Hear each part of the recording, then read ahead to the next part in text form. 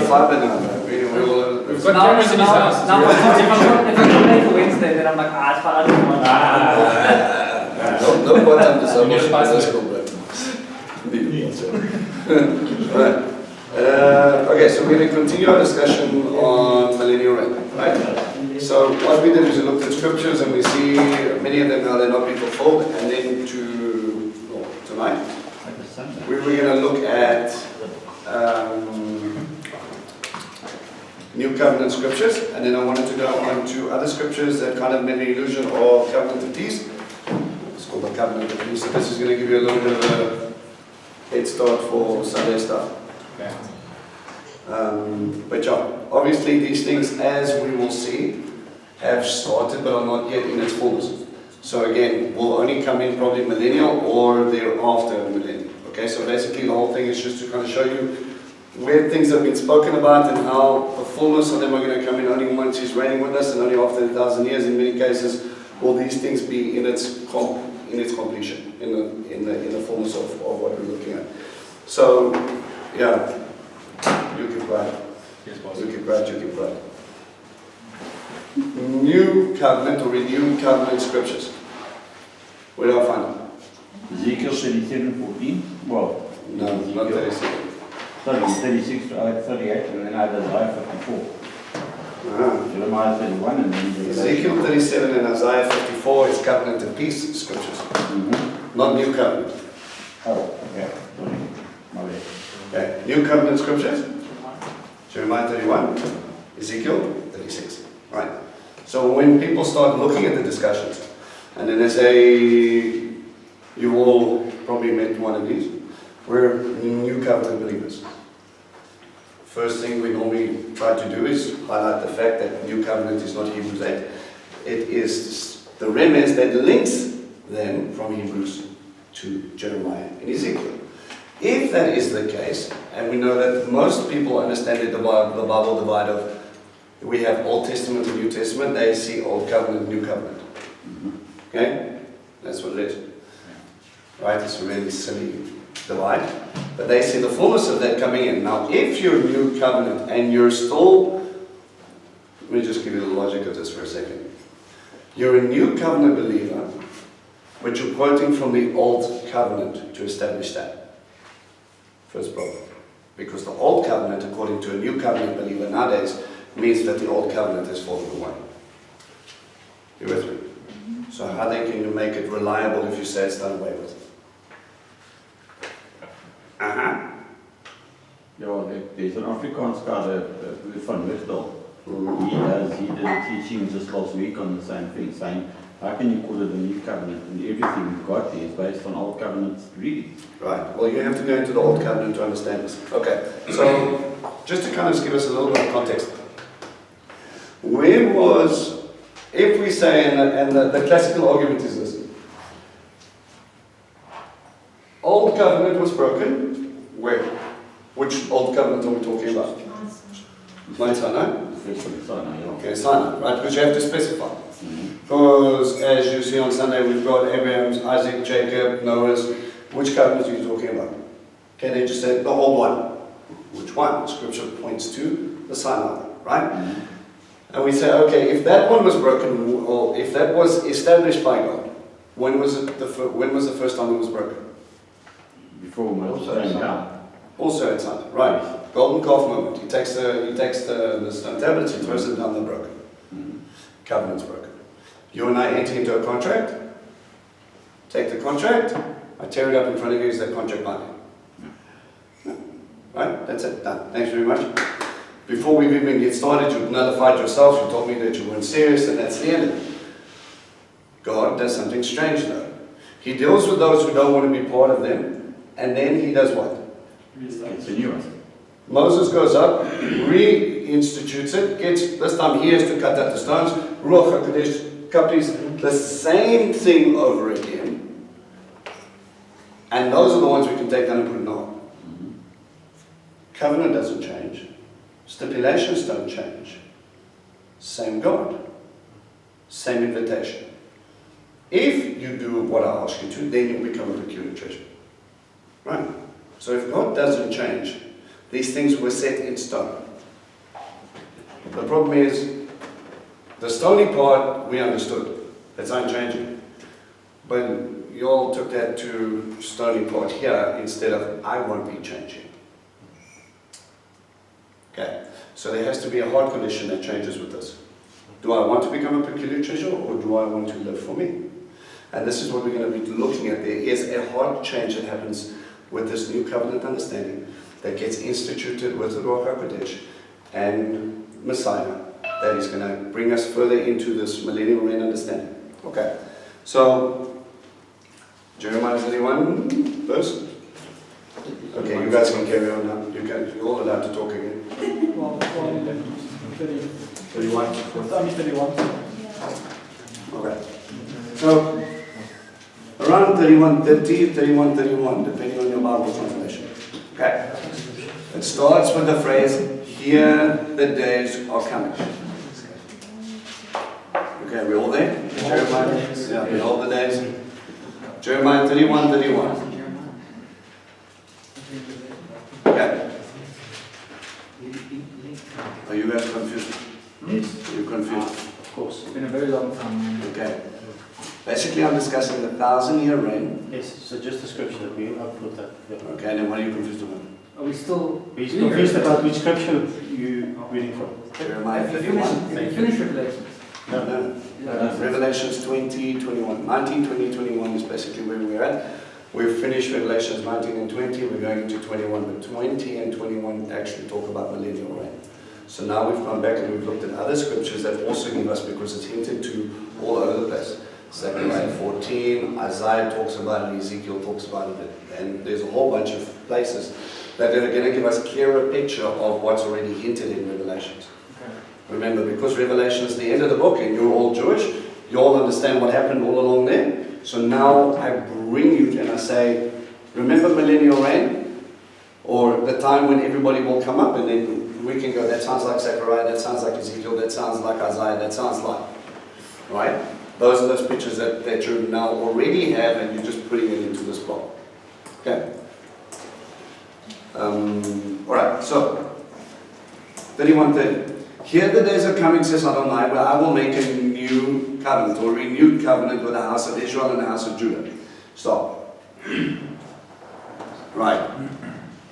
Stick your finger here. Go back to Exodus 19:20. 10 points for the person who can give me the stipulation. Who was the Sinai covenant with? Israel and the house of Jacob. Are you sure? And Give me the scripture. No. Scripture reference. Two specific groups of people. He mentions it. Yeah, that's the Jacob and the children of Israel. Okay, what verse do you have there? I have verse 3. Chapter? Exodus 19 verse 3. Exodus 19 verse 3 says the first covenant is made up with who? The house of Jacob and the house of the children of Israel. Jacob and Israel. If you then it skips, verse 4 says, you have seen what I did to the Mitzrites, I bore you on eagle's wings and brought you to myself. And now, if you diligently obey my voice and shall guard my covenant, then you shall be my treasured possession above all the people. That's fine. Right. So basically he comes up and he goes, alright, this is a stipulation for the Sinai covenant.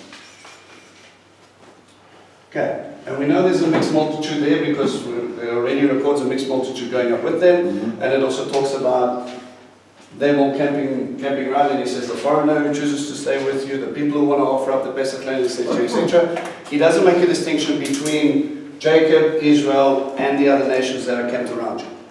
That's important. He gives one Torah, one instruction for one nation. Now this is where we need to be careful, okay? Because we have different views of this. If we look at Jacob, who was Jacob? Short answer. The son of Abraham. Son of Abraham, father of the 12 tribes. 12 tribes. Okay? Or son of Lot. Right. Okay? From the literal seed of Abraham, Isaac, and Jacob. Israel, who's Israel? Jacob after he wrestled with God. Spiritual sense. Ah. Also the father of the 12 tribes, same guy. So, God says, I'm going to make a covenant with you, O Jacob and Israel. Thanks for reiterating the same thing twice. Personality, man. Now, you have something in Hebrew where they reiterate it twice, but they use the same word. If I want to say something's tasty, I say ta'im, me'od. If I want to say it's really tasty, I say ta'im, me'od, me'od. Very, very. It's like emphasizing. Yes. And he will at times say, awake, awake. Okay? And he's repeating it twice because he wants to create emphasis. This is not one of those times because he uses two different titles. Is that where, the King James would say, where Yeshua would say, verily, verily, I say unto you, so that would be the same type of connotation. Yes. Why the King James is translated it like that. Pay attention, I'm saying something very, very important. Okay? So where the Hebrew grammar works, right? I found the verse where it says about the sojourners, and it's in Deuteronomy 29, verse 10 to 11. Deuteronomy 10, right? 29 verse 10. 29, verse 10 to 11. As I read it. Okay, that's just what sojourner for you guys who can check out. So he goes up and he says to the household of Jacob, to the household of Israel, and he's got a mixed multitude there, and he gives one Lord, one nation. One Torah, one king, one nation. How do I define the nation? Whoever is God's and everybody else. Okay, makes sense. You belong to me. What about the rest of them? They haven't come into covenant with me yet. They don't understand who I am. They don't understand my point. They don't understand that I created everything. They don't understand that I've made covenants with Abraham, Isaac, and Jacob. They don't understand where I've been throughout history. They don't understand Noah. They don't understand any of it. You are going to be my vehicle to go and do that and teach them that stuff. Right?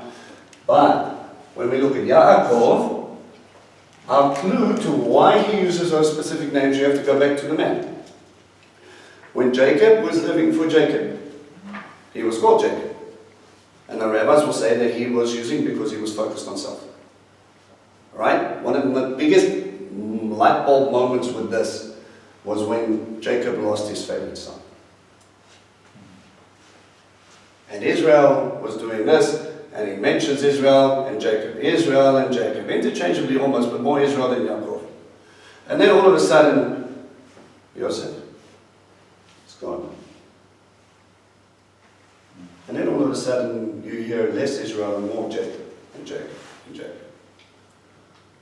And then all of a sudden he finds out that Joseph's alive. And then all of a sudden you hear less Jacob and more Israel. He went through the motions. He was angry with God. Yeah.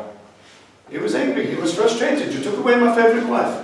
You took away my favorite wife. You took away my favorite son. Why would I want a relationship with you? This is a man struggling with his own God. And Israel means wrestles with. Right? And he's wrestling with him and he's trying to understand him, but he's walking with him, but he's not doing what he's supposed to be doing. He's holding his family back. Benjamin, my precious, no one going anywhere near you lot. You know, last time he went looking out for you, if you guys were just where you were and you were doing what you're supposed to do, then Joseph would have been here. But Joseph understood where he was. He understood that God lifted him up at a time. You meant it for evil, and God has meant it for my good. And he provides food for them, and he becomes the Messiah type for the 12 tribes. But in the same point, when it says here, this was the biggest thing with me, is that if you look for it nicely, it says, just after he finds out Joseph's alive, he says, and Israel went up to make a sacrifice. All of a sudden, you don't hear about him making offerings. You don't hear about him worshipping God. He finds out Joseph's alive. It's the first thing he does. Yeah, I've been angry with you the whole time. I've been so mad. I've been so frustrated. I thought you left me. I thought you just were just all over. But actually, isn't it an amazing thing? Sometimes you would think God is against you in many of the situations you find yourself in. Remember, He's working out everybody's good, not just yours. Can you imagine? He knew how this would break Jacob's heart. He knew it. But he said, I'm going to let him go through this anyway, because if I don't, they're going to die. And I need to work through Joseph next. So I'm going to be teaching him while I'm going to be testing him, I'm going to be building them up, and by the time I'm done, they are not going to even have an inkling of all the beauty that I've prepared for them. It was a salvation plan. Was it difficult? Absolutely. But the end goal was life. Okay. So, for me, That sounds like Road to Emmaus, the guys who were walking all down mountains, they didn't realize that Jesus was right there with it. yeah, Joseph in full array. Egyptian. Anyway, so we come back to it. So if we make the illusion and we understand that Romans talks about the house of Israel and how we're grafted in, and it's a wild olive branch and the cultivated one, right?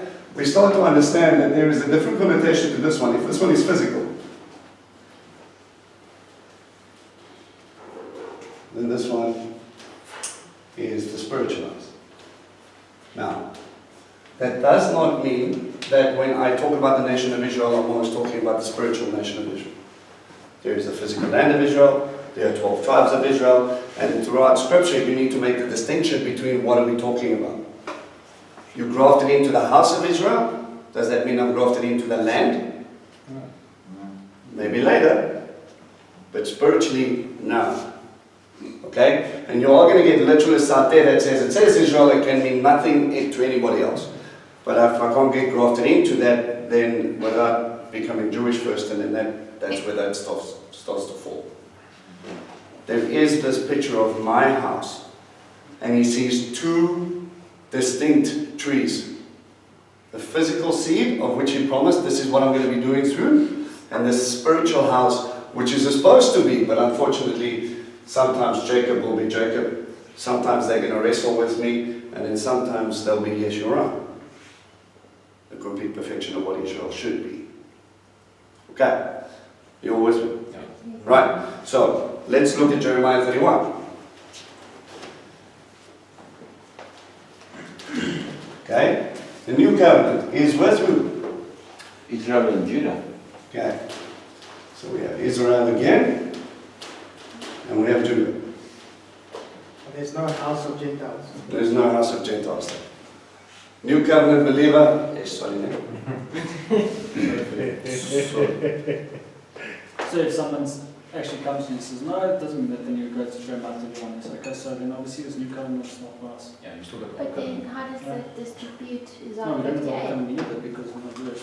They don't even know it, because Isaiah 58, remember, you're having a discussion with a church person who doesn't want to acknowledge the fact that there's rulings and instructions that you've got to follow. New covenant means everything of the old is gone. Isaiah 58 talks about Sabbath and why we should keep it, because you're going to be lifted up to the mountain. That's for you, because you're in covenant. Right? But now you're sitting there in this position, no Gentiles, no Gentiles. So my first question is, generally, which covenant can you cling to? The only one you have is Noah's covenant. Because he made that with the entire creation. So right, your new banner is rainbows. In this day and age, it means something completely different. Wave that flag too high. Don't go to Cape Town or Tel Aviv and wave that flag. You're going to attract a whole different type of people.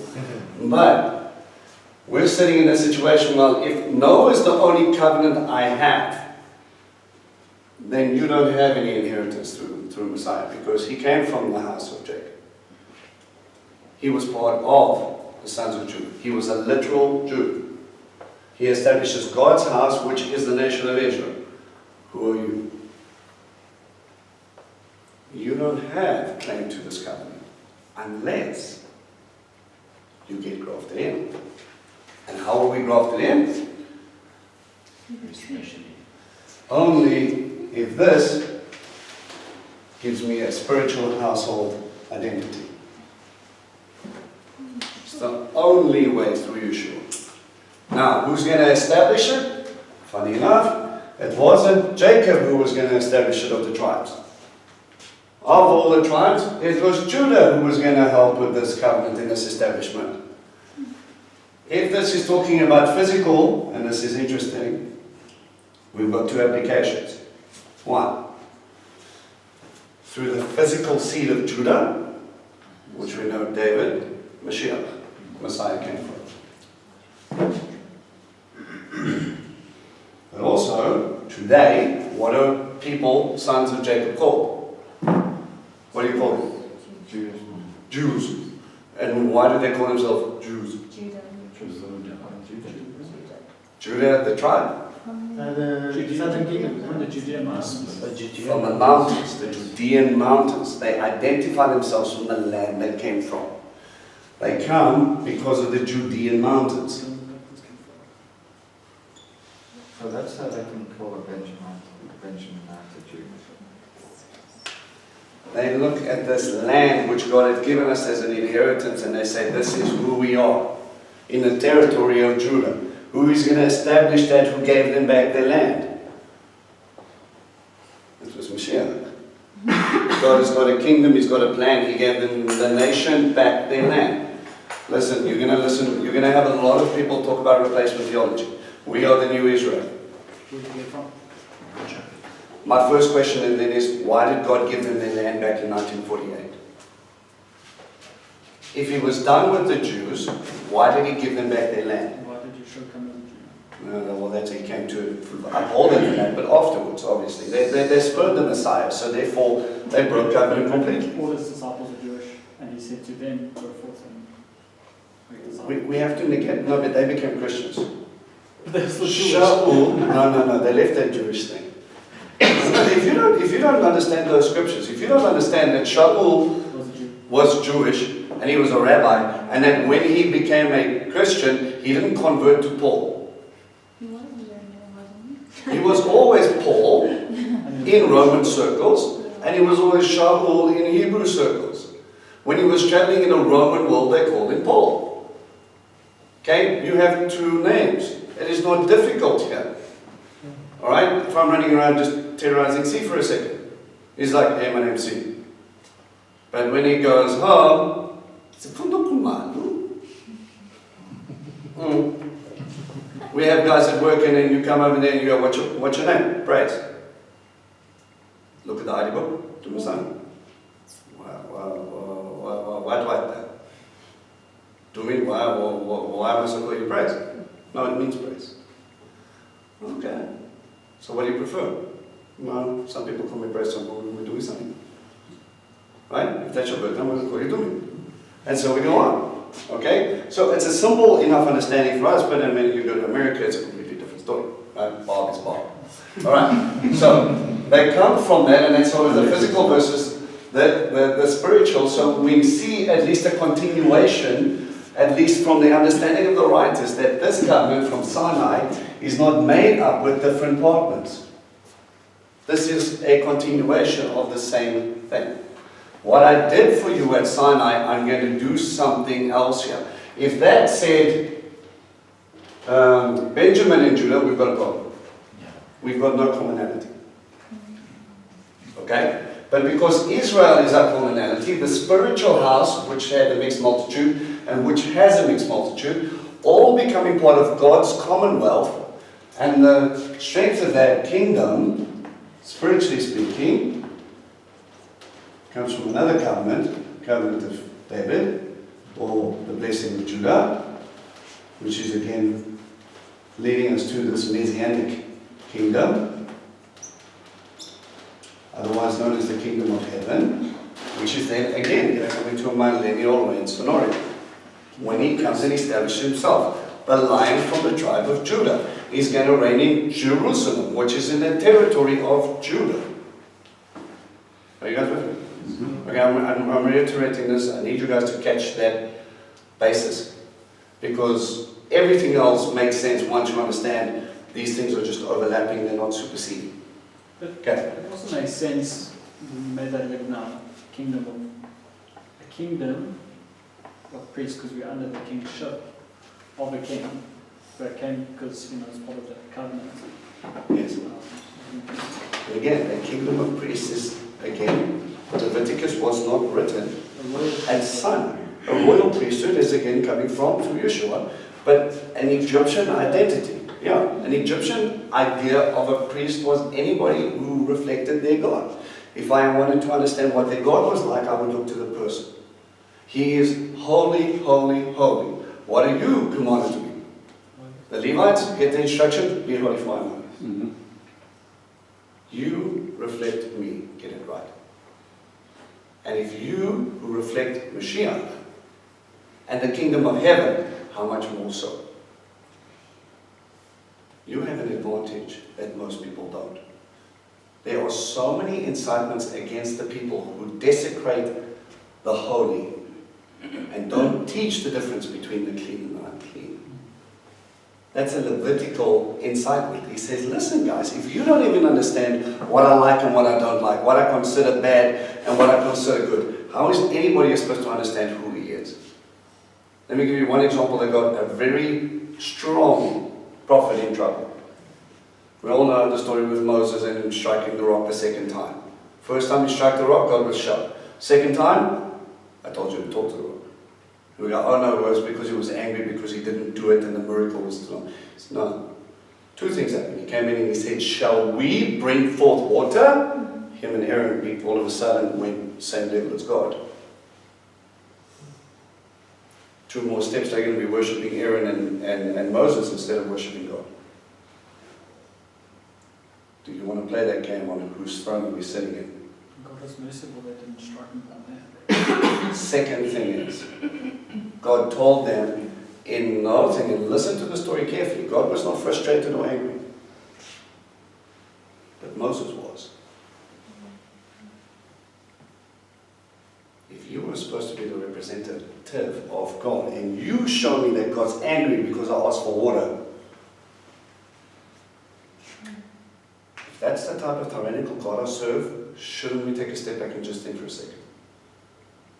Moses was angry with us because we needed water. No, Moses was frustrated because you guys whined and grumbled and you pushed him to a point where he couldn't handle it anymore.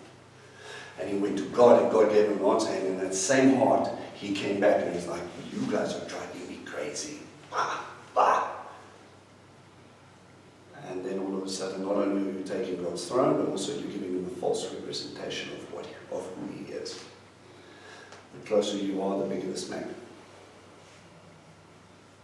If you have a calling on your life, understand, you reflect him to a people that don't understand him. Moses had,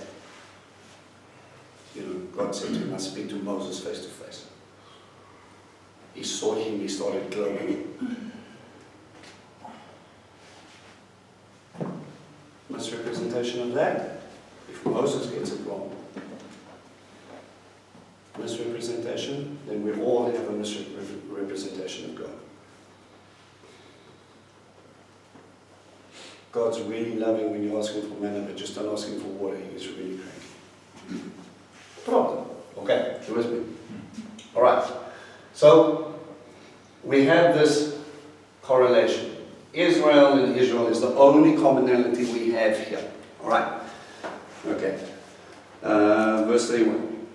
It will not be like the covenant I made with their fathers on the day I took them by their hand and brought them out of the land of Egypt. Because they for their part violated my covenant, even though for my part I was a husband to them. Really nice pointer at what Sinai was. The Ketubah. The Sukkot, the tabernacle was already tent. It was a home for us to dwell together. Okay. It says Adonai, for this is the covenant I will make with the house of Israel after those days, says Adonai.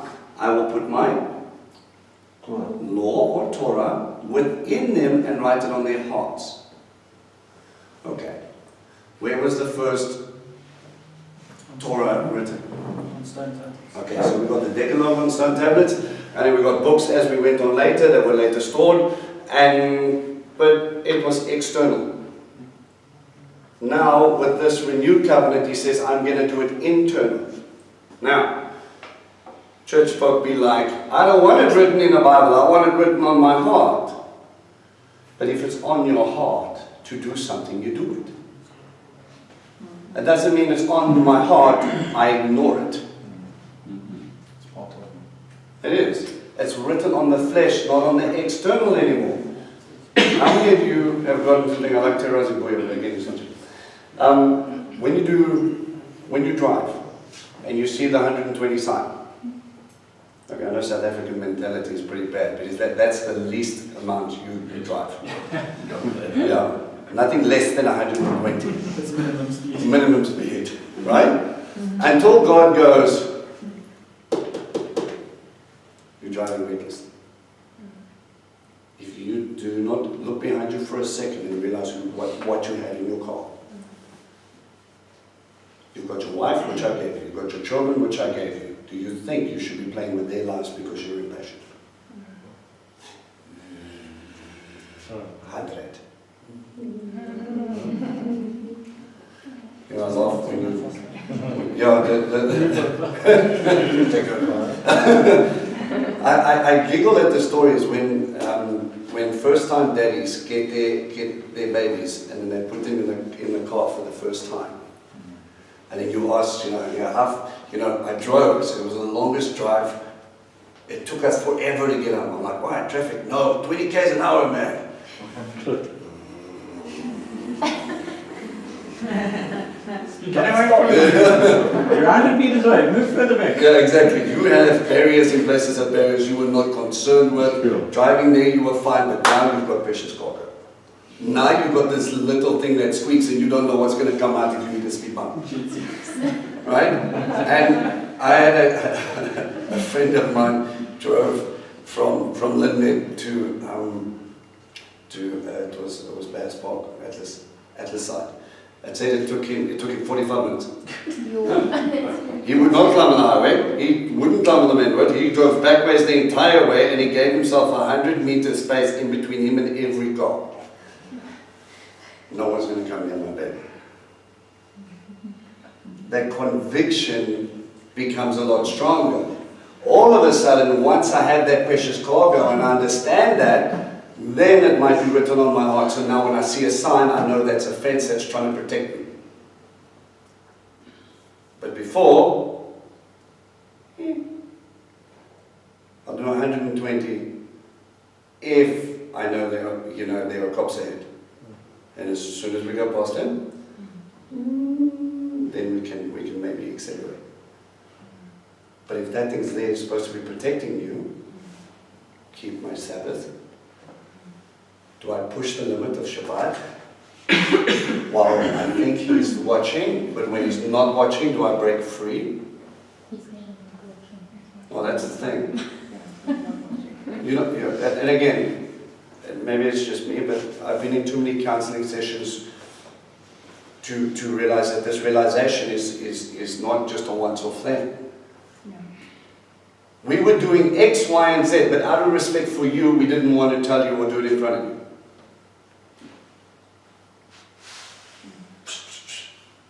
But God said you don't do that. Yeah, but it is what it is. Out of respect for me, you won't do it in front of me. But out of respect for God, when He's standing in the room with you, you've got no problem.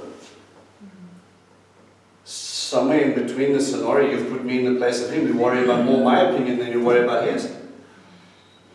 I'm disappointed. I'm frustrated. I'm hurting. I don't even want to know how He feels when He's watching you do it and you're saying, just as long as Vince doesn't find out. And I scratch my head and I go, well, am I the keeper of Shabbat? Or are you doing this because you're supposed to be in covenant with your God? Why are you even pushing that limit? What are you even trying to do? Are you going to see how far you can go to break your salvation? This is part of the school of thought. It says it clearly in Ephesians 5. People that are sexually immoral, sexually greedy and full of lust and pride and arrogance, all those nice things. It's a lovely portion. Will have no share in the kingdom of heaven. Well, it's nice. It sounds to me like you're testing your salvation, actually. How far do you want to test it? Because you want to think you can outsmart God. It doesn't work. If it's written on your heart, you do it. That's not a get out of jail free card. I had another pastor say, you know what, the law is like the mommy who leaves a list of things on the fridge while she goes out, and daddy must take care of the kids, brush their teeth, feed them, do all the rest of it. And then when mommy comes home, all the chores the list gets thrown away. Now you can talk to mommy directly. You don't need the list. he was trying to explain away Torah. I was going to say, if your mommy was the same as my mommy, you better have your teeth brushed, otherwise she's going to get beaten. The law doesn't go away. The list is still there. But you know your mommy so well, you do it anyway. Move from the I've met fridge his to mom. here because you know the lion is going to come if you. I mean, it's pretty simple. It talks about the law. There's a word in the Greek called pegagos. It talks about him being the tutor, but the word tutor is a bad translation. It's the guy responsible to pick you up, to take you to the classroom and drop you off. And then he waits for you to finish your tutoring, and then he grabs you again and he'll take you to the next one. Guys, when you go through school and you learn and you grow and you learn and you grow and you go and you go to varsity and you learn and you grow and you study for your job, just because there's no more textbook doesn't mean you can forget about all the stuff you learned. The fact that God had to write it down for you tells me how the brave man is. Especially when you read half of the stuff. If you let you run after your own identity, there's going to be a whole bunch of broken left. Okay? My thing is, did God make something that was not good? Yeah, also true. Right. Yeah. But I mean, Romans you 10 say says so. if God who's perfect made something that was defective, that was bad, then he's not perfect. Yeah. Put you into bondage so that you can watch you fall. I'm going to give you something that you can't keep, and then I'm going to laugh and judge you accordingly. Okay, so, where are we at? 32. Oh, we're getting really far. It will not be like the covenant I made with the fathers on the day I took them by the hand and brought them out from the land of Egypt, because they for their part violated my covenant, even though I was husband to them, says Adonai. For this is the covenant I will make with those house of Israel. Again, he doesn't say Judah after those days, just to reiterate. Says Adonai, I will put my Torah within them and write it on their hearts. I will be their God and they will be my people. When you do your covenant study, you will notice that that last section, I will be your God and they will be my people, is listed virtually with every covenant. Every major covenant. That is the point of it all. Circumcision, that's the point. That was the point that made me circumcise my newborn, only, or first child, at that point, my only child. At the 8 days old, I gave him some banana and I took him to a moil and I said, all right, you can now perform open surgery while someone holds his leg down. He does not understand what's going on. He did not know what was going on. He's 8 days old and he's getting surgery. And I was smiling. Yeah, but that's cool. When you're 8 years old, you can nothing do about it. When you get to like 40 and go, I know exactly what's coming. No, you don't. That's only till afterwards. But the point of that whole thing is that what is it that what is the best thing I can give my son? Relationship with God. Right, because I'm going to let him down, God never will. Right? And if he will be his because of this little act, then I'm done. That was me, case closed. I will give him that because that's what it hinges on. That Psalm 27, which you're busy reading in the Alchet every morning, also says when your mother and father desert you, he does take you in. Absolutely. Is there with you? So, no longer will any of them teach his fellow community member or his brother, know Adonai, for all will know me, from the least of them to the greatest, because I will forgive their wickedness and remember their sins no more. Okay, so two things we know this has to be millennial, is I can throw a brick and hit a heathen. Sadly, there are people out there that don't know him. To know him doesn't mean to know of him. In Hebrew it means to experience him. Have you experienced, do you have an active relationship with God? If not, you don't know him. You know of him. There's a difference. This is the same words they use where man and woman become one flesh and they know each other. This is not a, oh yeah, Steve, I think we went to school once scenario. Okay? This is an intimate relationship between two people that enter into a covenant. Alright? Nowhere else is this shared. This is that type of intimacy. Alright? And again it says, about the new covenant, doesn't that merely mean guys who have walked into the new covenant? sorry, say again? But it's talking about the new covenant, that verse talk about guys who have actually been in the covenant? And they say all who know. No, it says all will know. Yeah, all who But- are part of the covenant. No, we're all in the new covenant. But again, it's talking about everybody as well. You're talking about, he says, I will forgive their wickedness and remember their sins no more. So once they come into Yeshua, you're saying that you'll get that. But the problem is when you came into Yeshua, you didn't know anything about God really. You still had to study Torah. Right? You still had to go and ask the questions. My first question, okay, he's real, what does he want? I had no clue. So that knowledge is not instant. Well, I know when I was doing things I was doing before, and all of a sudden I realized that it wasn't. Yeah, but not No, everything. nobody sat and taught me. I just knew something was wrong. Yeah, but not all of it. If you take that God's standards are perfect, right?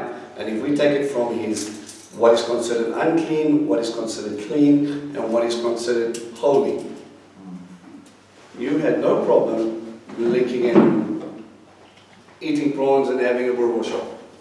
And then all of a sudden someone tells you, says quite clearly, that is not what we should do. If you didn't know any better, you would have gone to the altar with your little piggy and said, okay, here we go, I want to sacrifice this to God, if we still had an altar sacrifice. It's a good animal, it's my favorite piggy. And all the Jews would die. And then they would go, no, let's hold on a second. Let's talk about this a little bit here. No, and again, you come into, there's knowledge of him, and there are some things where you knew you were doing wrong. There's something inside of you which you knew, but there are also things that you needed to be shown. And that is a revelation thing. God is continually just trying to illuminate for you what was already said. Okay? And that fullness in that study is what we're getting into. Okay? There were many things where he would convict you afterwards and say, listen, when you started that was acceptable, I know you really didn't understand. Now, you've been walking with me a lot longer, I'm expecting more. And he will convict certain things, and we get this, right? For those of you who have been through a couple of annual services, there are things where he goes, yeah, okay. So you passed, basics, now you're going to intermediate. Intermediate has got 17 levels where basics at 4. Let's have that conversation. And it gets more fun because when he expects you to be at A level, he will push those buttons a little higher. And he says, right, you did it pretty well. And you made a lot of changes this year, but this is where I want you to work. And that continual relationship with him is not just knowing his Torah, but knowing him so well that I can tell the difference between when he's talking and when others are. If you come in here and you start preaching prosperity theology and you say God says he loves you and he wants the best for you and he's just going to give you just sow 100,000 and he's going to give you 17 million back. And then I'm going to be looking at you and I go, you don't know my God, thanks very much, you can leave now. Because I've read in the scriptures and he's shown me that stuff, that discipleship and walking through wilderness and moments he's going to push you in. It's not all just going to be rainbows and fluffy bunnies. You don't know him. But unfortunately, we have people that are cloaked in that stuff that preach it as if it's true. Different, right? So, their sins will no longer be there, their wickedness will no longer be remembered. This is what Adonai says, who gives the sun as a light for day and who ordained the laws for the moon and the stars. To provide light for the night, who stirs up the sea until the waves roar. Adonai Tzevaot is his name. If these laws leave my presence, says Adonai, then the offspring of Israel will stop being a nation in my presence forever. So, replacement theology much? You cannot undo creation, and he's not going to change his mind about the group of people that he's chosen. If you, like Ruth, have chosen to become part of that nation, you'll become part of that listing. Right? This is what Adonai says, if the sky above can be measured and the foundations of the earth be fathomed, then I will reject all the offsprings of Israel for all that they have done, says Adonai. So, even though they deserve it, he's not going to give rid of it. Look, the days are coming, says Adonai, when a city will be rebuilt for Adonai from the tower of Emmanuel to the corner gate. The measuring line will be stretched out to Garivil and to Goa, a whole valley of corpses and ashes, including all the fields as far as the Valley Kidron, and on all the corner to the horse gate to the east will be separated out for Adonai. It will never be uprooted or destroyed again. Okay, that's Okay? But you see there's part of this process coming in, but it's going to be fully established millennial, and then the actions. Okay, next one. I want you to go to Ezekiel. What's it, 20? Yeah, I want to say 36. Yeah, 36. 36.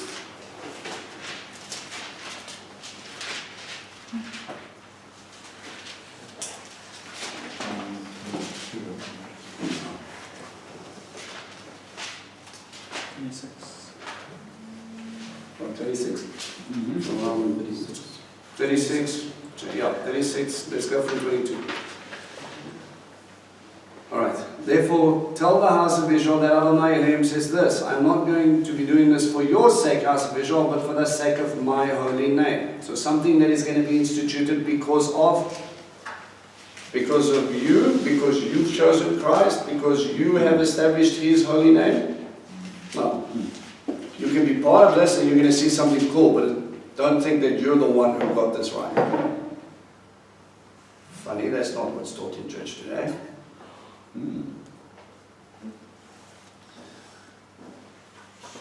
Which you have been profaning amongst the nations where you went. I will set apart my great name to be regarded as holy, since it has been profaned in the nations. You profaned it among them. The nations will know that I am Adonai, says Adonai Elohim, when before their eyes I will set apart through you, I am set apart through you to be regarded as holy. Again, holiness, clean, unclean.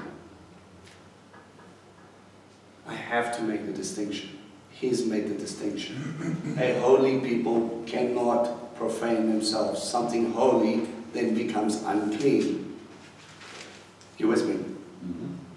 Okay, very basic illustration. This book, holy, clean, or unclean? Holy. Why?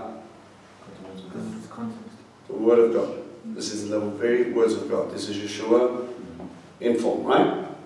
Holy, like He is holy, right? If I take this and I treat it as such, if I treat it as something clean, I would be able to tear out the pages. Oh. Holy, clean, unclean. Not unholy, not unclean. Just clean. It's just a book. It's not pork. It's not poo-poo. It's not pork. It's just a book. It's got some pages. I don't have no funny pictures. Blank pages, right? No funny pictures, no other winners. Right? This is a clean book. If I tear the page out of this one and do a doodle, no one has a heart attack. I do it out of this one, you all want to stone me. Why? Because we like it. We're a bunch of Jewish folk. You guys are confused. It's just paper. It's made out of the same thing. No. It is. Paper is paper. It's a tree, It's surely. information on it. It is what it is set apart, its purpose is. If this is to give me God in form, and this is for me to write down and do whatever I feel like, one is clean, common, and one is set apart. Right? Now, unclean. If I take a clean piece of paper and I dip it in Max's poo-poo, and then I want to draw pictures on it. Unclean or clean? Unclean is something that has defiled my clean thing. Same illustration. You all stone next. All of a sudden, you all want to get upset because I have profaned because you didn't know which house you wanted to belong to.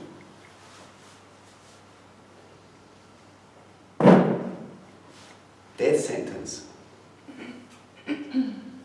Is it an eternal thing? Question mark. Scripture's unclear. But if you put that, breaking Shabbat is in the same bracket as kidnapping and murder, and all feasts and festivals have them,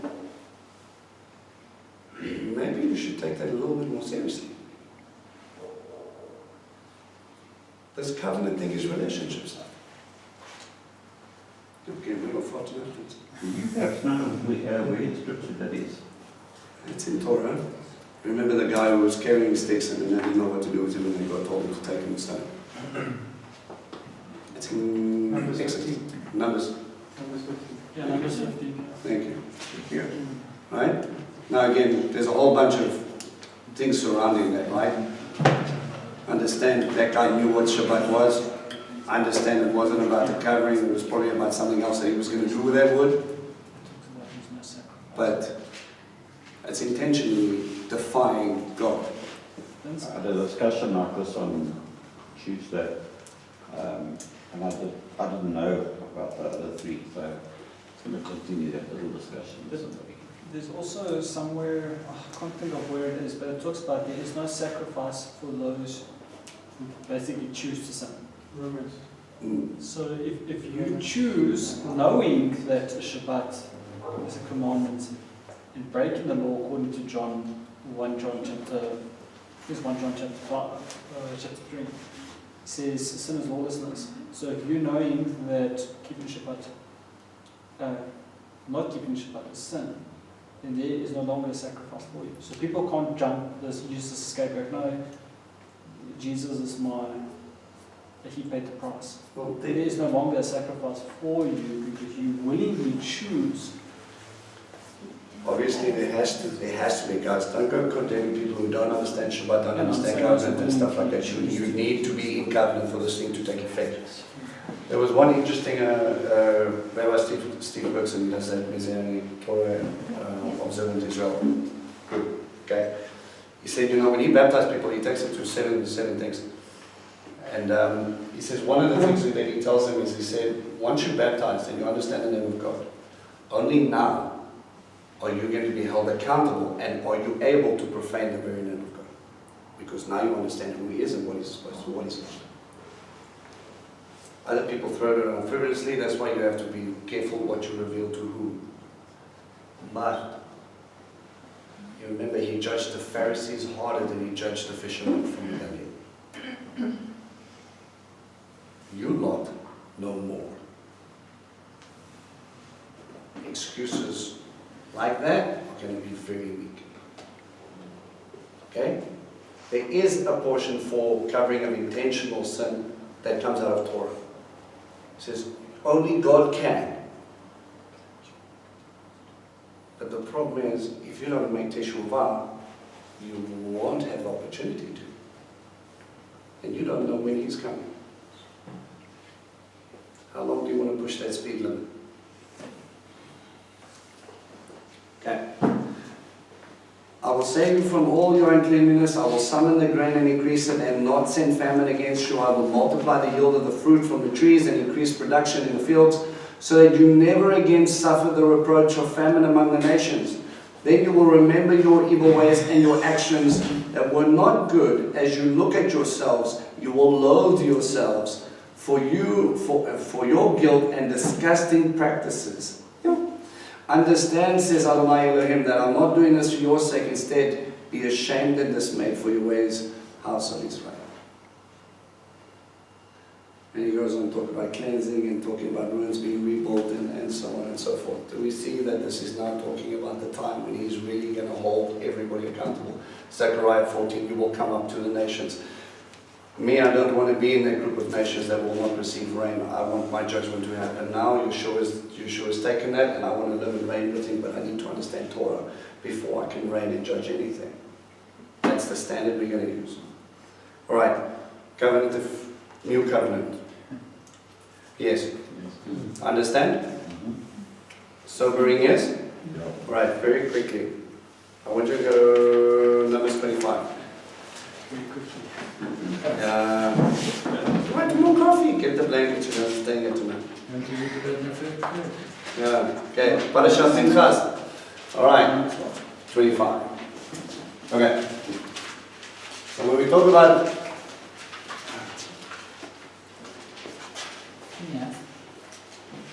the covenant of peace, this is the first mention. Numbers 25. Okay, so remember there was the Balak and Balaam story. Right? People want to go and worship in God's Mishkan. There's a lighty with a spear who gets a little bit grumpy and he stabs someone through the abdomen area. Happy things stopped Kaputski. Why is that such a death sentence and why is God so happy? How do these people worship? Right, that's optional. If I'm going in, you have a God, we have a God. How do you worship? We slaughter a lamb. How do you worship? Okay, let's go. Let's worship your God instead. This seems like more fun. Right? And it says in the portion, it says, Pinchas the son of Eleazar. Who's Eleazar? High priest. Who is the son of Aaron the Kohen, has deflected my anger from the people of Israel by being as zealous as I am, for that I didn't destroy them with my own zeal. Therefore say, I'm giving him a covenant of shalom, making a covenant with him and his descendants after him, that the office of Kohen will be theirs forever. This is because he was zealous on behalf of his God and made atonement for the people of Israel. Okay, goes a little bit further. He put to death the woman from Midian was Zimri, son of Salu, the leader of one of the clans of the tribes of Shimon. The name of the woman of Midian was killed was Cosbi, the daughter of Tzur, who was the head of the people in one of the clans of Midian. So tribal leaders, if a tribal leader gets up and does something from another one, this is like a royalty thing, it's acceptable. How many other clans and tribes are going to go, gotcha? Is this a link to the Davidic covenant as well? No. No. This is talking about Kohen, not Judah. But they both came to form with Messiah. Well, that's not Davidic. That's something else. Okay. The Davidic covenant is a stem from a covenant of Judah, which we'll discuss. Okay. So, we have a covenant of peace given with Pinchas. Right. Because he was zealous, passionate, loved God, loved his ways, will not tolerate any nonsense. Now, before I go on, there's an interesting illusion. Because Eleazar is mentioned, I thought I would give this to you. There's another Eleazar in Scripture. He links to one of the patriarchs. Yeah? Abraham's? Abraham's chief servant. Right. Okay, what you want. So, Eleazar had an important task. What was his task? To find a bride for Yitzhak. Okay, check this movie. Right, Abraham, the father, sends his trusted chief servant to go find the bride for the son. The one that was to be offered. What is the gift of the Spirit, since we were there with covenant, new covenant? The gift of the Spirit. The gifts. What illusion do we have for it? Give me bridal custom and gifting, because we know it was a marriage. Sinai covenant. Bride price.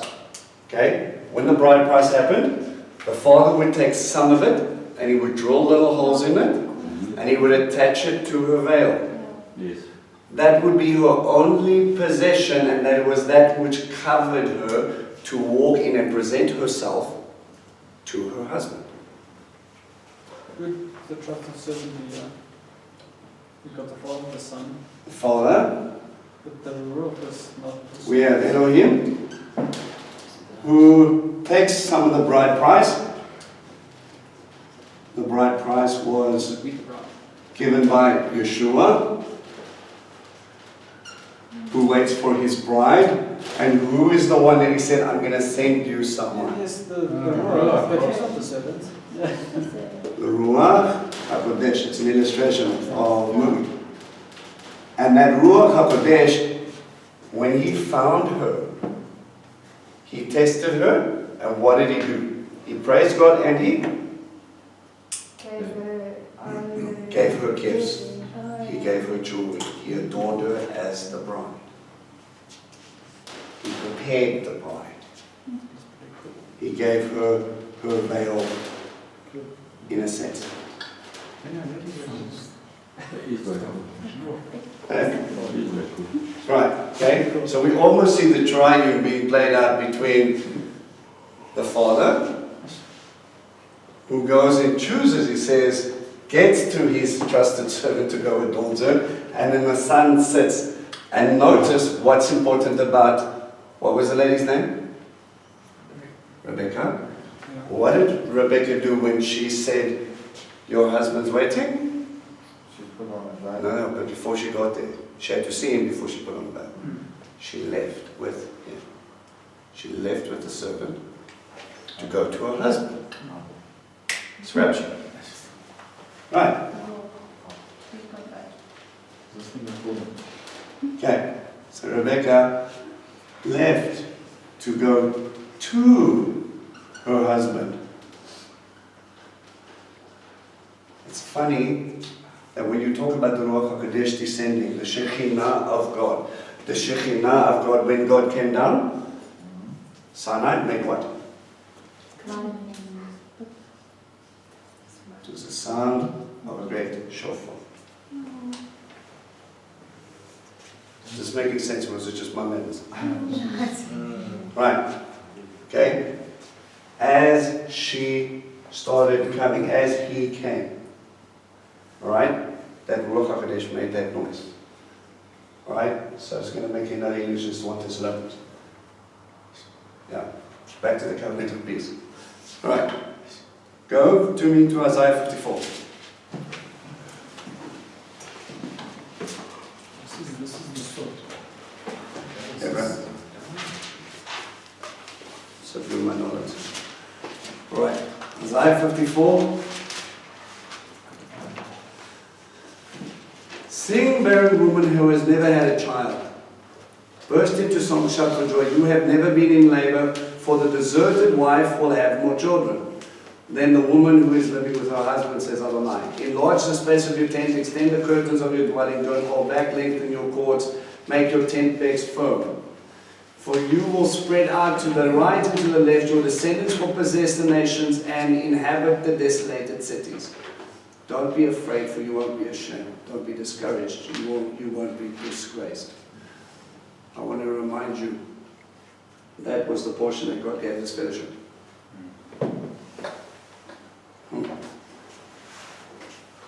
You will forget the shame of your youth, no longer remember the dishonor of being widowed, for your husband is your maker. Adonai Tevot is his name, the Holy One of Israel is your Redeemer. So he formed you, he will redeem you. He will be called God of all the earth, for Adonai has called you back, like a wife abandoned and grief-stricken. A wife married in her youth cannot be rejected, says your God. Briefly I abandoned you, but with great compassion I am taking you back. Sound familiar? Israel being redeemed again, not for her sake, but for his name. I was angry for a moment, and I hid my face from you, but with everlasting grace I will have compassion on you, says Adonai, your Redeemer. For me, this is like Noah's flood. Funny that that illustration is there when he says the end times will be like the times of Noah. Just as I swore that no flood like Noah's would ever again cover the earth, so now I swear that never again will I be angry with you or rebuke you. Is that now? No, I think he's still beating us senseless. For good reason. For the mountains may leave and the hills be removed, but my grace will never leave, and my covenant of peace will not be removed, says Adonai, who has compassion on you. Storm-ravaged city, unconsoled, I will set your stones in the finest way. Lay your foundations with sapphires. Make your windows shine like rubies. Your gates as garnet, your walls like gemstones. All your children will be taught by Adonai. Your children will have great peace. Sound familiar? Mm-hmm. Right, so when he's there. In righteousness you will be established, far from oppression, with nothing to fear, far from ruin, for it will not come near you. Any alliance that forms against you will not be my doing. So in a time when he's teaching you, when Jerusalem is laced with the most beautiful, finest gems, when God is there, there are still people that will come against you. Can only be millennial. Okay? Whoever tries to form such an alliance will fall because of you. It is I who created the craftsman who blows on the coals and forges weapons suited for their purpose. I also created a destroyer to wreak havoc. No weapon made will prevail against you. In court you will refute every accusation. The servants of Adonai inherit all this. The reward for their righteousness is from me, says Adonai. Okay. And then he goes, all who are thirsty, come to water. You without money, come and buy and eat. Just come wine and milk. Again, that illustration of Hoshana Rabbah that we spoke about. Okay. Go quickly to Ezekiel 37. Let's come back to this quickly. Yeah. The veil, Yes. linking to the fruits. Yes, the gifts of the Spirit. Okay, it's the fruits of But the Spirit. would link The fruit, maybe because you didn't know which house you wanted to belong to.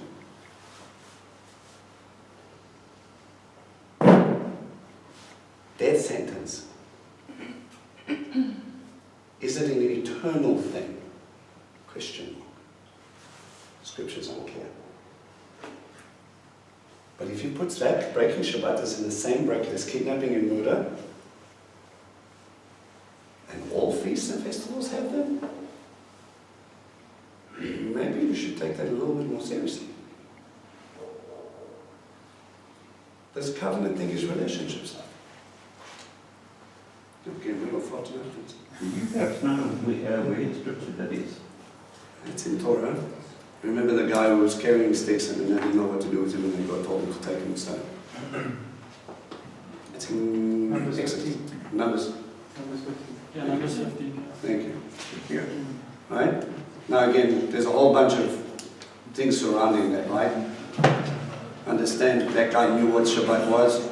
Understand it wasn't about the covering, it was probably about something else that he was going to do with that wood. It talks about there's no sacrifice. But it's intentionally defying God. Then I had a discussion like this on Tuesday, and I didn't know about the other three, so it's going to continue that little discussion with somebody. there's also somewhere, I can't think of where it is, but it talks about there is no sacrifice for those who basically choose to sin. Romans. Mm. So if you choose, knowing that Shabbat is a commandment, and breaking the law according to John 1 John chapter 3, says sin is lawlessness. So if you knowing that keeping Shabbat, not keeping Shabbat is sin, then there is no longer a sacrifice for you. So people can't use this scapegoat. No, Jesus is he paid the price. Well, There is no longer a sacrifice for you because you willingly choose. obviously there has to be, guys. Don't go condemning people who don't understand Shabbat, don't And understand I'm saying covenant and stuff like that. You need to be in covenant for this thing to take effect. There was one interesting, Rabbi Steve Bergson does that Messianic Torah observant Israel. Good. Okay. He said, when he baptized people, he takes them to seven things. And he says one of the things that he tells them is, he said, once you're baptized and you understand the name of God, only now are you going to be held accountable and are you able to profane the very name of God. Because now you understand who He is and what He's supposed to do, what He's supposed to do. Other people throw it around frivolously, that's why you have to be careful what you reveal to whom. But you remember He judged the Pharisees harder than He judged the fishermen from Galilee. You lot know more. Excuses like that are going to be very weak. Okay? There is a portion for covering of intentional sin that comes out of Torah. It says, only God can. But the problem is, if you don't make teshuvah, you won't have the opportunity to. And you don't know when He's coming. How long do you want to push that speed limit? Okay. I will save you from all your uncleanness. I will summon the grain and increase it and not send famine against you. I will multiply the yield of the fruit from the trees and increase production in the fields so that you never again suffer the reproach of famine among the nations. Then you will remember your evil ways and your actions that were not good. As you look at yourselves, you will loathe yourselves for your guilt and disgusting practices. Understand, says Adonai Elohim, that I'm not doing this for your sake. Instead, be ashamed and dismayed for your ways, house of Israel. And he goes on to talk about cleansing and talking about ruins being rebuilt and so on and so forth. Do we see that this is now talking about the time when he's really going to hold everybody accountable? Zechariah 14, we will come up to the nations. Me, I don't want to be in that group of nations that will not receive rain. I want my judgment to happen now. Yeshua has taken that, and I want to live and reign with him, but I need to understand Torah before I can reign and judge anything. That's the standard we're going to use. All right, covenant of new covenant. Yes. Understand? Sobering, yes? All right, very quickly. I want you to go Numbers 25. You want more coffee? Get the blanket, you're not staying here tonight. Yeah, okay. Parashat Pinchas. All right, 25. Okay. So when we talk about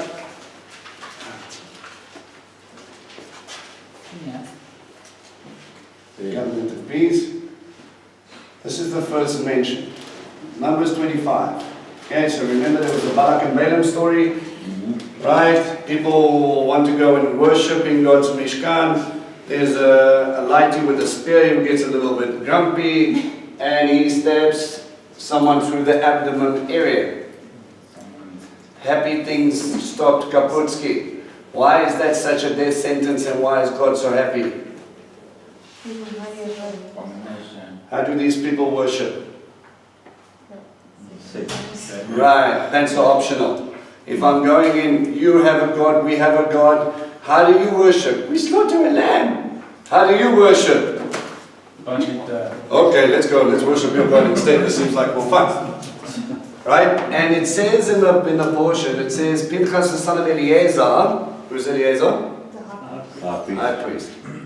Who is the son of Aaron the Kohen, has deflected my anger from the people of Israel by being as zealous as I am, for that I didn't destroy them with my own zeal. Therefore say, I'm giving him a covenant of shalom, making a covenant with him and his descendants after him, that the office of Kohen will be theirs forever. This is because he was zealous on behalf of his God and made atonement for the people of Israel.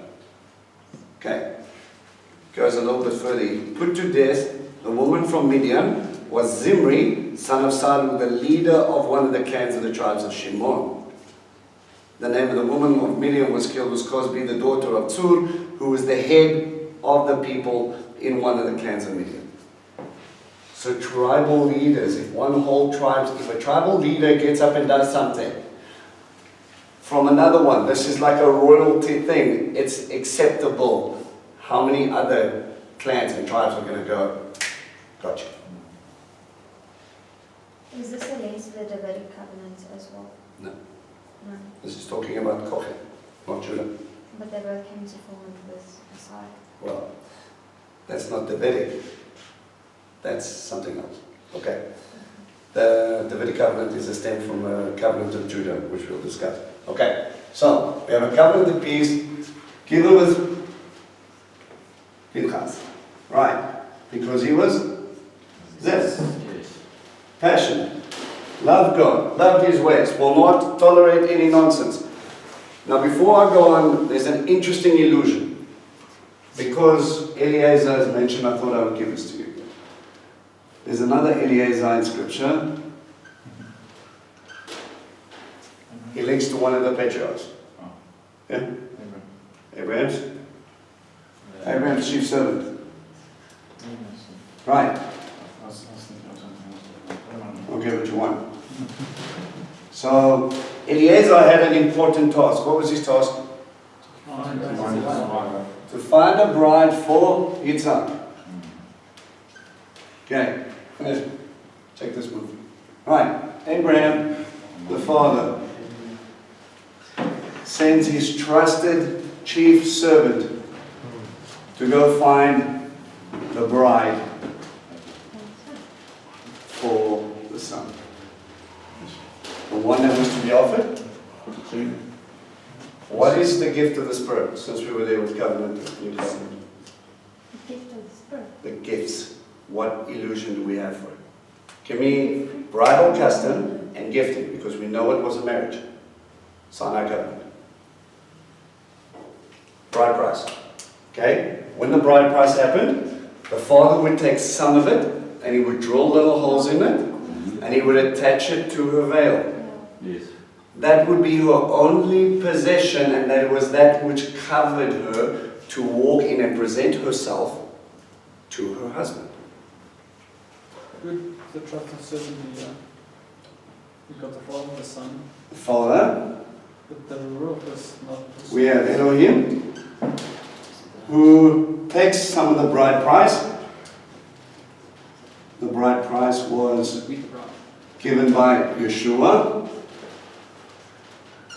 who waits for his bride, and who is the one that he said, I'm going to send you someone. Yes, the Ruach, but he's not the servant. The Ruach HaKodesh, it's an illustration of mood. And that Ruach HaKodesh, when he found her, he tested her, and what did he do? He praised God and he gave her gifts. He gave her jewelry. He adorned her as the bride. He prepared the bride. He gave her her veil, in a sense.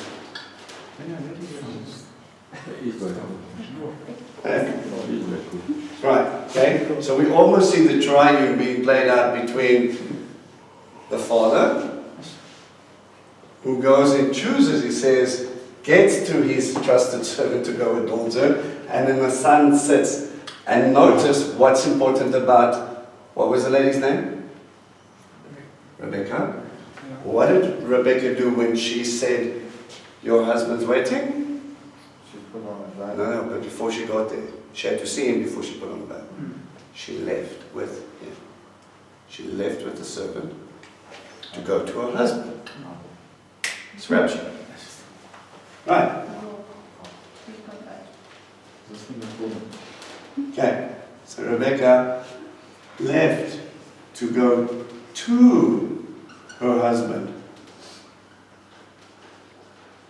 It's funny that when you talk about the Ruach HaKodesh descending, the Shekhinah of God, when God came down, Sinai made what? It was the sound of a great shofar. Is this making sense, or is it just my madness? Right. Okay.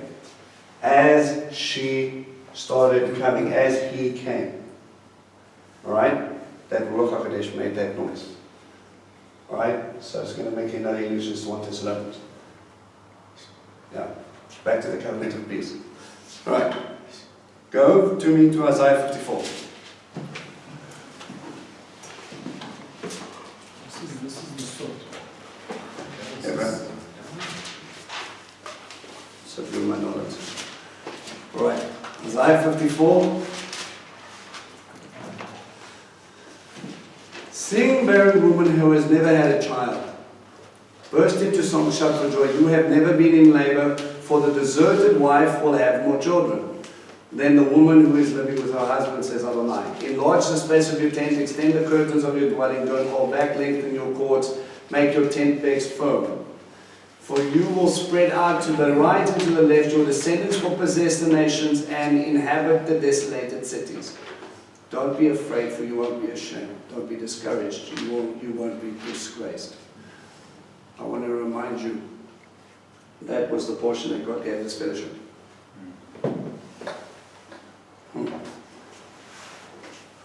You will forget the shame of your youth, no longer remember the dishonor of being widowed, for your husband is your maker. Adonai Tzevot is his name, the Holy One of Israel is your Redeemer. So he formed you, he will redeem you. He will be called God of all the earth, for Adonai has called you back, like a wife abandoned and grief-stricken. A wife married in her youth cannot be rejected, says your God. Briefly I abandoned you, but with great compassion I am taking you back. Sound familiar? Israel being redeemed again, not for her sake, but for his name. I was angry for a moment, and I hid my face from you, but with everlasting grace I will have compassion on you, says Adonai, your Redeemer. For me, this is like Noah's flood. Funny that that illustration is there when he says the end times will be like the times of Noah. Just as I swore that no flood like Noah's would ever again cover the earth, so now I swear that never again will I be angry with you or rebuke you. Is that now? No, I think he's still beating us senseless. For good reason. For the mountains may leave and the hills be removed, but my grace will never leave, and my covenant of peace will not be removed, says Adonai, who has compassion on you. Storm-ravaged city, unconsoled, I will set your stones in the finest way. Lay your foundations with sapphires. Make your windows shine like rubies, your gates as garnet, your walls like gemstones. All your children will be taught by Adonai. Your children will have great peace. Sound familiar? Mhm. Right, so when he is there. In righteousness you will be established, far from oppression, with nothing to fear, far from ruin, for it will not come near you. Any alliance that forms against you will not be my doing. So in a time when he's teaching you, when Jerusalem is laced with the most beautiful, finest gems, when God is there, there are still people that will come against you. Can only be millennial. Okay? Whoever tries to form such an alliance will fall because of you. It is I who created the craftsman who blows on the coals and forges weapons suited for their purpose. I also created a destroyer to wreak havoc. No weapon made will prevail against you. In court you will refute every accusation. The servants of Adonai inherit all this. The reward for their righteousness is from me, says Adonai. Okay. And then he goes, all who are thirsty, come to water. You without money, come and buy and eat. Just come, wine and milk. Again, that illustration of Hoshana Rabbi that we spoke about. Okay. Go quickly to Ezekiel 37. Yeah. The veil. Yes. Linking to the fruits. Yes, the gifts of the Spirit. Against the fruits of But the it would Spirit. link to The fruit is what's going to exude from it. Sorry, Vince, I don't see the connection between the covenant of peace in Numbers and the one in Isaiah, how the two actually link Well, it together. actually says covenant. Yes. But besides it saying that, Well, then What if it's is a it? covenant of peace, well, that's where we're going to get the full picture. There's another portion that we're going to talk about it, right? okay, I'm not getting it yet. Yeah, that's weird, right? Because it's Particular like, one, I don't get it yet. Pinchas, zealous, and then he talks about righteousness So I and don't redeeming. see the link yet. So we've got two pictures, right? Okay. No, let me do the share. So we've got Numbers 25, and again, this is like millennial reign. It's giving you pieces of the puzzle. Okay. This is not part of the covenant piece, eh? That's other thing you wrote. No, that's just, yeah, That's something. extra. Something. Yeah, extra fun. I saw Eliezer, and there it was. I'll never read the Torah, it says again. Numbers 25 talks about a priest or a kohen. More specifically, remember we have to make the distinction. A kohen and zealousness. Right? Being a priest forever, right? see now. I want to throw another thing in. Right, just hang on. Isaiah 54 talks about redeeming, to gather back to the Father, and righteousness. But mainly us forgetting the shame of our youth, and He will establish that same type of covenant. And it talks about Him being established.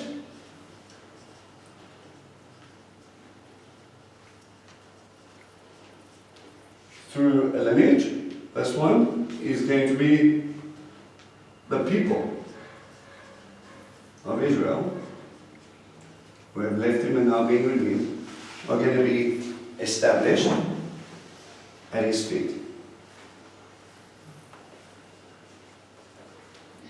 Okay, both established with Him, both with Him and through Him.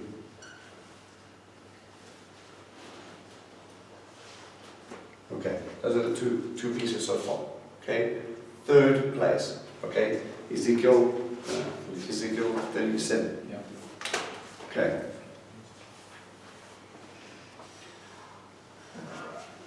With the hand of Adonai upon me, Adonai carried me out by His Spirit and set me down in the middle of the valley, and it was full of bones. Okay. So we know the story about the valley of dry bones, right? Summary. What happens? Pulls out the job. Son of man, can we bones it again? Okay. thing, something that was dead, comes together again, gets muscle, gets sinew, gets breath. For example. Okay? Yeah, zombies are back. Alright? Jump down to verse 10. It says, I prophesied as ordered, and the breath came into them, and they were alive. They stood up on their feet, a huge army. Then he said to them, human being, these bones are the whole house of Israel. And they are saying, our bones have dried up and our hope is gone. We are completely cut off. Right? So their problem is, a nation has died. This is a possibility that when they were exiled completely, Palestine came in, we're never going to go home. That changed, 1948. Okay. Now all of a sudden, God has not forgotten us. They did go back, though. Not as a nation. You could have stayed in Palestine, but it wasn't Israel. It wasn't your land. Okay? That was for someone else. That was under Ottoman control and Arab control, and then eventually... the Persians control. don't allow them to go back. yeah, but even then you were not Persian. So it wasn't your land. It wasn't your inheritance like God had said. So it was under Persian rule, they just were allowed to go back. Same as with British Mandate. When Allenby came in and instituted, he said to them, you can do whatever you like, but you're not allowed to do this and this and this. So only once it was fully given in even 1948, had that stipulation. Okay? They have not yet been, well, my opinion, to become fully established you need Jerusalem, so it was a stepping stone, but then came in 1967. And then they took more land, and then they took the Golan, and those are areas that were actually given to them, okay? So,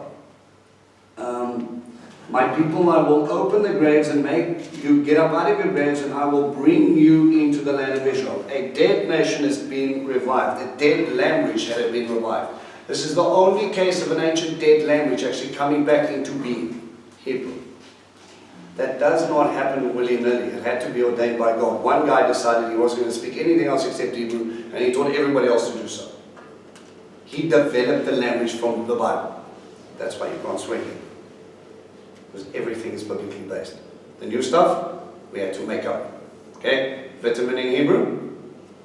Vitamin. Yeah. Radio? Radio. Okay? Those are not biblical, yeah, pizza. There's not biblical words. But when we understand lechem, when we understand bet, when we understand kala, the bride, when we understand those things, those are the things we took, because this is a language we've been talking, even though biblically, only when we read our Bible, only when we read Torah. Okay? Then you will know that I am Adonai, when I have opened your graves and made you get up out of your graves, my people. I will put my spirit in you. Sound familiar? Paralleling here this covenant, the peace with the new covenant. And you will be alive. Then I will place you in your own land, and you will know that I am Adonai, I have spoken, and that I have done it, says Adonai. The word of Adonai came to me, you human being, take one stick, write on it, for Judah, and for those joined with him among the people of Israel. Next, take another stick and write for Yosef, the stick of Ephraim, and all the house of Israel who are joined with him. 2 sticks, 1 stick, Judah. Other one, Israel or Ephraim. Why do they use that? Because the kingship was placed in Ephraim, so Became the capital of the northern tribes. Ephraim is where they settled it, so it became a synonym, and it drives you crazy in Isaiah, and he goes, and Ephraim, and he's not talking about Ephraim, he's actually talking about Israel. Okay, so he's using it, but he also says, and those who have joined it. Interesting. Who is joining the household of Judah, and who is joining the house of? The only picture we have of that again is Sinai. Finally, bring them together into a single stick so that they become one in your hand. When your people ask you what this means, tell them that Adonai Elohim says this: I will take the stick of Yosef, which is in the hand of Ephraim, together with the tribes of Israel who are joined with him, and put them together with the stick of Judah and make them a single stick, so that they become one in my hand. These sticks on which you write are to be in your hand as they watch. Then say to him that Adonai Elohim says. Let me just pause there. This nation was split before. And there was one king who united them. David. David is a synonym used throughout Scripture in many places as for Mashiach. Right, the beloved. Okay? David be dead a long time when they reference David will rule them. David's not coming back. Right? But the beloved will rule them. Alright? So, David was elected by Judah. And he was established in which town first? Hebron. Why Hebron? The patriarchs, the originators of the covenants.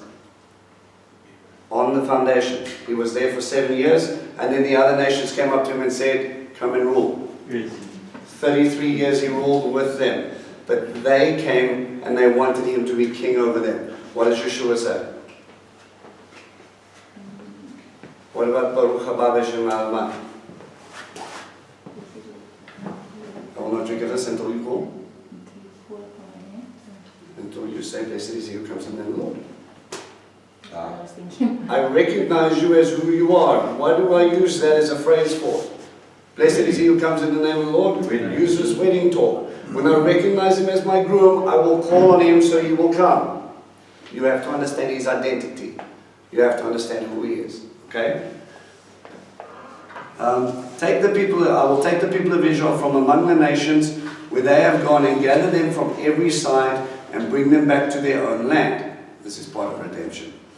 I will make them one nation in the land, on the mountains of Israel, and one king will be king for all them. There will no longer be two nations, and they will never again be divided into two kingdoms.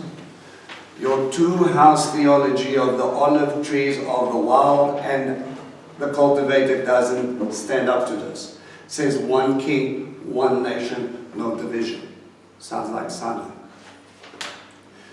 They will never again defile themselves with idols, their detestable things, or any of their transgressions.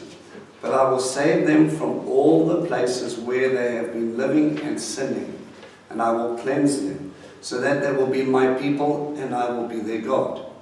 My servant David will be king over them, Yeshua. And all of them will have one shepherd. They will live by my rulings and keep and observe my regulations. They will live in the land I gave to Yaakov, my servant. Physical land, physical inheritance, physical redemption. Where your ancestors lived, they will live there. They, their children, and their grandchildren forever. And David, my servant, will be their leader forever. Is David going to live forever? I think not. Why not? Well, not yet. Not yet. Maybe he'll be there chilling with us.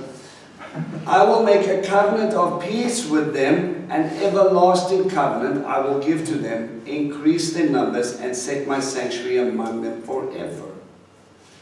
My home will be with them. I will be their God, and they will be my people. The nations will know that I am Adonai, who sets Israel apart as holy, when my sanctuary is with them forever. Millennial and established forever. The start of which happens there. So, what did you get all the way out from Ezekiel? A whole bunch of forevers. So, a nation gets born, they get hope, they become one, they have one king, they are one nation, and it is established again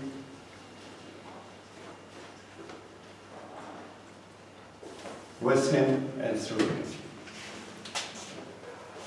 Are you guys following? Yes. Okay. So he's giving us three big pieces of this idea. But to get this, you have a Kohen who was zealous for God, who wasn't afraid to stand up and take hold of these things. You have Isaiah talking about the divorced bride whose shame will be forgotten and she will come back in. And those will be, well, she will be brought in and she won't ever be again. She's going to be established in righteousness. And then we have a nation who has lost all hope, and who's ever joined to that nation will come up with them. And then we have Isaiah 56, who talks about the Gentiles who keep my covenants will be coming up to Jerusalem. Why? Because you have taken on the yoke of the king, and it's good to. Because you want it. Because you desire it. What makes you give up your free time? What makes you give up your dietary choices? What makes you do any of this? Because there's been a change of heart. And that change of heart is established because you understand Yeshua died for you. You understand that you wanted that so much that you got chose to be mikvah, that you made true teshuvah. Listen to me. If you have been baptized and you have not taken acknowledgement of all the nonsense you did, fix up. There is only true teshuvah when you acknowledge you were wrong. That's why you didn't want to do the things you did. But now you're sitting in a space where you knew how wrong you were, and you can at least praise God for taking you out of those situations. Don't justify that while we were young we did what we wanted to. That doesn't cut it. For God's sacrifice to take shape, they would confess their sins and say, I did that that was me. And He was going to bring you in with a hope. What does Paul talk about? I have this hope. He's going to come. And He's going to rule, and He's going to reign. Death is gone. Sickness is gone. Guys, this could very well be the worst it's ever going to be. You're surviving. Is it easy? No. But don't worry, there's a promise it's going to get a lot better. Remember the promise? No eye has seen, no ear has heard the good things that I've planned for you. He's not talking about your life just chilling here. He's talking about what's to come. The grandeur and splendor of this kingdom, and He's got a place for you if you want it. And this shalom that He talks about, this fullness of His peace, never leaves. Because you were zealous for me. Because even though you did wrong, I told you I loved you, and I'm going to bring you back. And I'm going to bring you to me. And I'm going to establish this because He loves you. One king, one nation. One ruling. He brings us back full circle to what Sinai should have been. I find the covenant of peace difficult to understand because it doesn't fit into the sequence of the other covenants in terms of the timeline. It's kind of all over the show. It's the same as the new covenant. Think about it. Well, When was the Ruach HaKodesh given? 2,000 years ago. But He said we will all know. But aren't these two, they're sort of running parallel to each other? They are. But it's sort of like one will get you here. The next will get you here. This is what we're going to see with the covenants. It says in Galatians that not one, just a new covenant does not nullify the promises of old. Galatians 3:13. So basically what I want you to see is the only reason we're here is because there was a crazy Gentile woman called Abe, and he said, enough of these idols, I'm out of here. And his son decided that was a good idea too, he's going to follow in daddy's footsteps. And then Yaakov decided, you know what, this is going to be tough, but if you look after me, I'll also take the plunge. And then his sons, whether they liked it or not, will all of a sudden put on a roller coaster ride because of what God promised Abraham. The reason they got to Sinai was because of that man. The reason there's a kingship in the house of Judah was because Judah received a blessing from that man. The scepter will not pass from you, O Judah. David goes, who am I that I should have this and I should sort out your house and all the rest of it? The only reason Solomon got the opportunity to even build a house is because of David. And so we go on. You have these things layer upon layer, renewed runs into peace. And because we have seen the Ruach HaKodesh, we have experienced Him in many ways. We're starting to know God. We're starting to want Him to obey His word. But the simple fact of the matter is the fullness of the new covenant, or this renewed covenant, has not yet come in. Only much later will. But then when you look at the covenant of peace, it alludes to something here. But it goes on for eternity. It's sort of like the Sinai covenant links up with the renewed covenant, which links up to the peace covenant, which is going to be... Yeah, that's kind of what I put the arrows I'm kind of making in my head here. They overlap each other. So you would put Sinai, and then you would put, this is without, we'll go into a little bit more detail, we put in the renewed, and we only get the benefit of that when we understand the fullness of the peace. You've got to have the ruach to make you want to stay with him, with one king and one It's nation. as though the peace covenant speaks of both in its entirety. It's the same way as the law was given at Sinai and reiterated here, it's the same thing. And it's the same again of Abraham and Isaac's covenant are the same thing. So which one are you talking about? It's all one thing, really. Yeah. One God, he doesn't change. Yeah. He's just going, who wants to walk with me? And you get the opportunity to do so. The covenant of peace to me, my 2 cents, is the next stage from the renewal. The covenant of peace, that's the next stage, is on top of the renewal. So that's going to be the final overlapping thing because, again, zealous forever, righteousness forever, people forever, one king, one nation forever. Forever is done after death is done away with, after millennial reign. After the renewed covenant is finished. It's almost like an addendum to the new covenant that makes it better. The same way that the renewed is the addendum to Sinai. Although it's part of the renewed covenant because you can't have the renewed covenant fully And this is function without that peace covenant yeah. fully. And this is what I love about people who go, we're new covenant believers, but you can't have the new without the old. You can't stand on the foundations of we have a king from the tribe of Judah without understanding you come from the tribes of Israel. Sacrifice. It's just ridiculous. Yes, we have a sacrifice for sin. Yeah, is you sure? Do you still sin now? So does that offering go away? No. Do you need his blood now? Did you sin like 5 minutes ago, half an hour ago, 2 days ago? Yes. So the blood is still covering you, right? So that means it's still in effect. He hasn't done away with any sacrificial system. He's still there covering you. You don't have to sacrifice him again because his blood is eternal. But you can't take away the sacrificial system without taking away the sacrifices. Murder isn't a bad thing. Makes no sense, man. So you cannot, in essence, when we start breaking a covenant, you can't rip these apart and say they're separate things. That's a theological debate. You can't. It's impossible. But what you can do is understand that God has made promises and He's going, do you see the hamsters going here? Look at the picture, look at the picture, look at the picture. There, that's where we're going. Can you please walk towards the end of the wall? And then maybe we could go, ooh, I want that.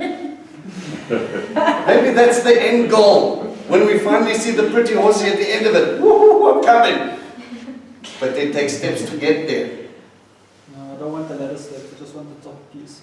Yeah, no, this is something that I feel very strongly about.